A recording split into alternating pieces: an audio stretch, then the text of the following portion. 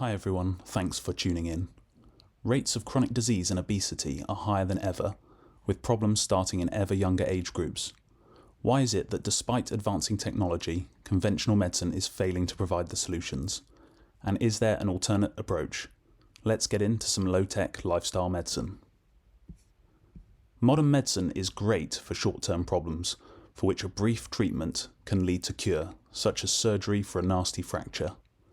But modern medicine is often not so effective when it comes to chronic diseases, those conditions which tend to develop as life goes on and that are rarely cured, such as high blood pressure, heart disease, type 2 diabetes, arthritis, depression and dementia. These are the conditions that dominate healthcare in the modern era. They are mostly managed using prescription medication.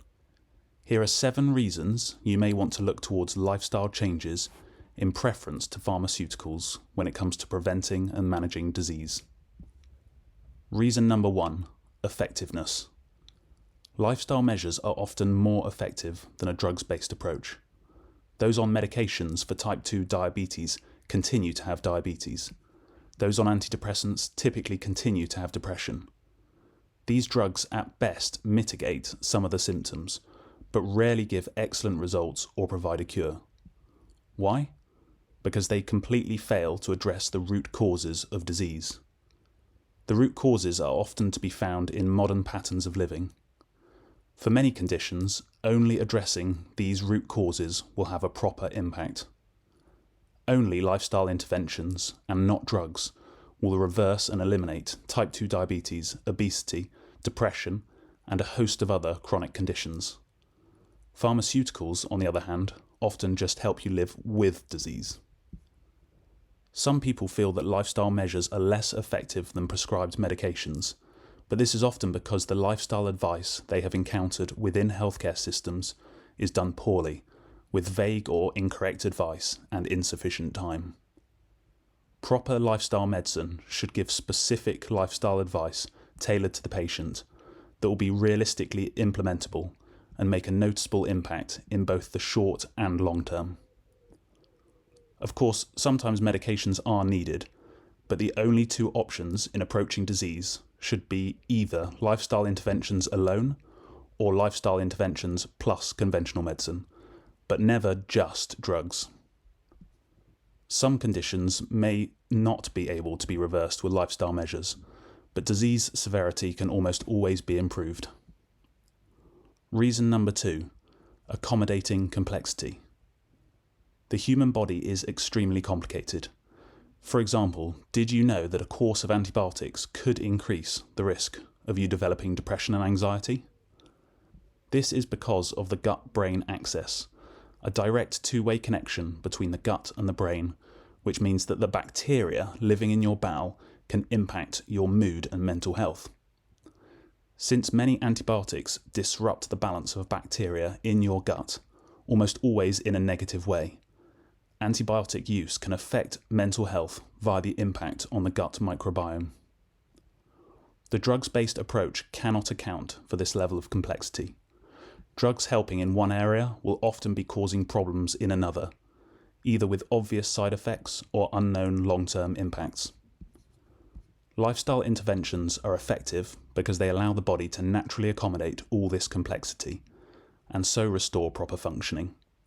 They also positively impact multiple areas all at once and come without side effects. Reason number 3, universal relevance. Unlike a drugs-based approach, lifestyle interventions are just as useful for those without any medical conditions. Everyone can benefit from healthy lifestyle interventions, starting from birth. Many people are metabolically unhealthy despite a normal weight and no health conditions. The drugs-based approach has nothing much to offer at this stage, but rather waits for illness to set in. But lifestyle interventions are what help prevent disease in the first place. In addition, whilst prevention is better than cure, we should expect more and go beyond this, aiming to thrive rather than just survive. With lifestyle interventions, we can boost energy and optimize how we feel right now.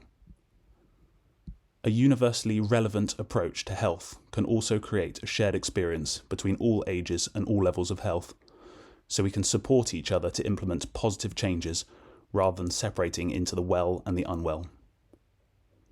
Reason number 4, user experience.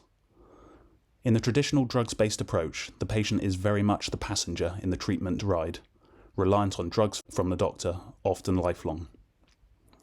With a focus instead on lifestyle changes, the patient is put in the driver's seat. The root causes can be explained so that the lifestyle measures needed to address them are understood. Once this is done, people do not need to rely so much on doctors. This makes the journey towards better health much more satisfying. Remember, if you've been given advice that was too hard to follow, or that you managed to follow but didn't feel made any impact in the short term, you may have been given the wrong advice. If you get the right advice tailored to you, improvements can be felt, often within days, and that positive experience will help propel further lifestyle changes. Reason number 5, cost sustainability. In terms of cost, the drugs-based approach is not a sustainable model. No matter how much money is poured into failing healthcare systems, the strains will continue to grow because of the failure to address root causes. This is not healthcare, but disease management. In contrast, many lifestyle interventions are free, and some can even save you money. If, as a society, we properly addressed the root causes of poor health, we would find that healthcare systems had more than enough money.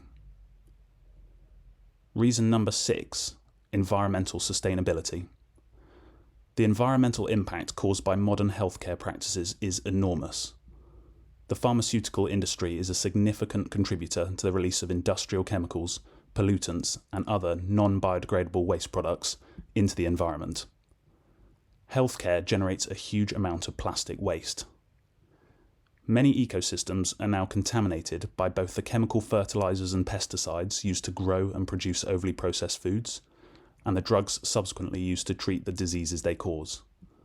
Damage to the environment that we inhabit in turn contributes to worsening health, creating a vicious cycle. Drinking tap water today means regularly ingesting trace amounts of multiple common prescription and over-the-counter medications, along with many other chemical residues, some of which can act as endocrine disruptors. Not a great experiment to be subjecting children to. If we continue to negatively impact the ecosystems we inhabit, living a healthy life will become harder and harder. Lifestyle changes, especially low-tech ones, can improve both your health and the health of the ecosystem you inhabit. In contrast to current healthcare approaches, lifestyle interventions mean less industrial chemicals, less pollution, less plastic, less turnover, less waste, and so on. Reason number 7, underlying mindset.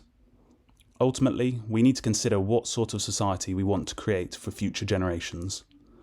We need to balance our immediate needs with those of our children and grandchildren, our wider community, and the ecosystems we inhabit.